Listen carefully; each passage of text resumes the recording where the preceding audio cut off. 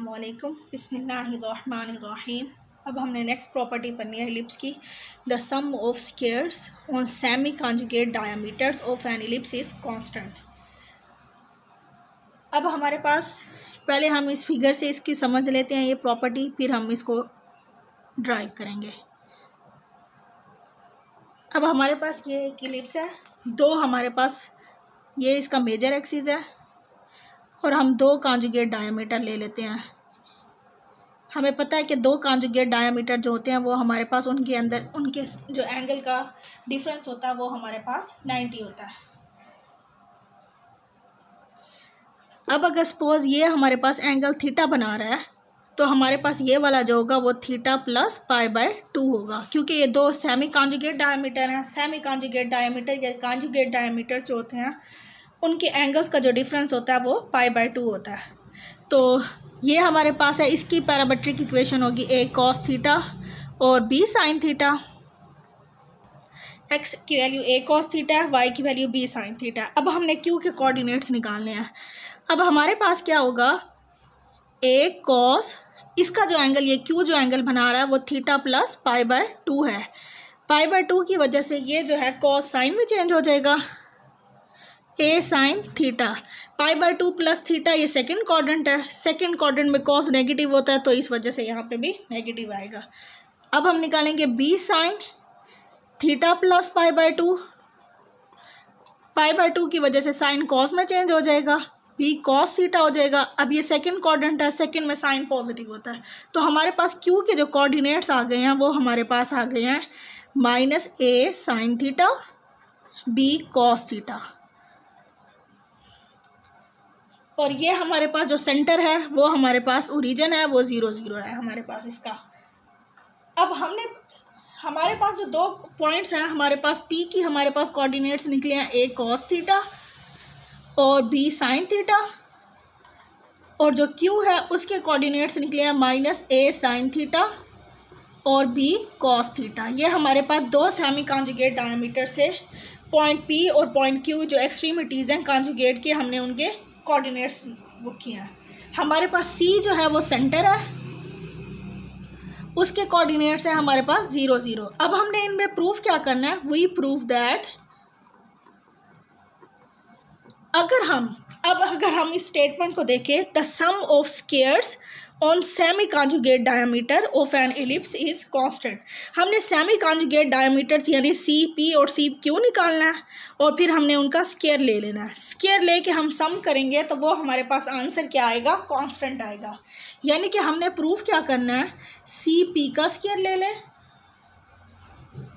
और CQ का हम जब स्क्वायर लेंगे और फिर हम ऐड करेंगे तो आंसर हमारे पास क्या आएगा, कोई कांस्टेंट आएगा, उसमें कोई भी वेरिएबल या थीटा वगैरह इन्वॉल्व नहीं होगा। अब हम सबसे पहली वैल्यू निकालते हैं CP की। CP का स्क्वायर हमारे पास होगा, CP का स्क्वायर हम कैसे निकालेंगे, x2 - x1 का स्क्वायर, y2 - y1 का स्क्वायर। और जब हम यहाँ स्क्वायर लेते हैं तो हम राइट साइड पे स्क्वायर रूट नहीं लेते, तो ये हमारे पास हो जाएगा a cos थीटा -0 का स्क्वायर, b sin थीटा -0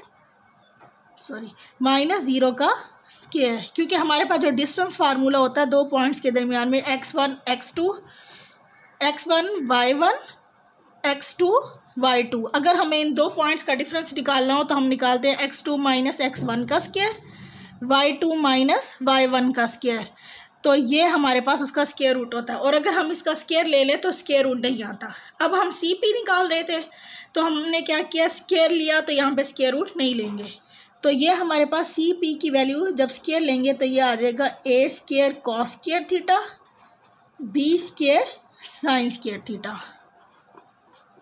इसको हम इक्वेशन 1 कह देते हैं। अब हम वैल्यू निकालेंगे CQ की, CQ का स्क्वायर। तो अब CQ हमारे पास क्या हो जाएगा, -a sin थीटा -0 का स्क्वायर, b cos थीटा -0 का स्क्वायर।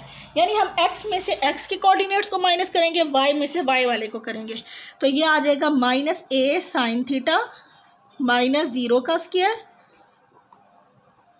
b cos थीटा -0 का स्क्वायर, और ये हो जाएगा हमारे पास a square sine square theta और यहाँ से आ जाएगा B square cos square theta.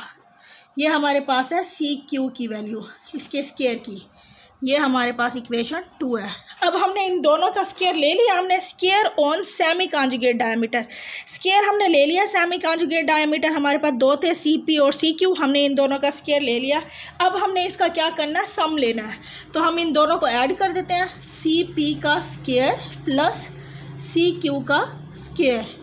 तो हमारे पास क्या आएगा, सी पी स्क्वायर की वैल्यू है हमारे पास A square cos square theta, B square sine square theta, और ये हो जाएगा A square sine square theta, B square cos square theta. ये हमारे पास सी पी स्क्वायर की वैल्यू है और ये सी क्यू स्क्वायर की वैल्यू है। अब हम कॉस स्क्वायर फिर ए स्क्वायर हमारे पास इन दोनों में कॉमन आ रहा है, हम वो कॉमन ले लेंगे। तो ये आ जाएगा कॉस स्क्वायर थीटा, यहाँ से कॉस आ रहा है और यहाँ से साइन स्क्वायर आ रहा है, साइन स्क्वायर थीटा, और बी स्क्वायर इन दोनों में कॉमन आ रहा है। तो हमारे पास हो जाएगा sign square theta plus cos square theta.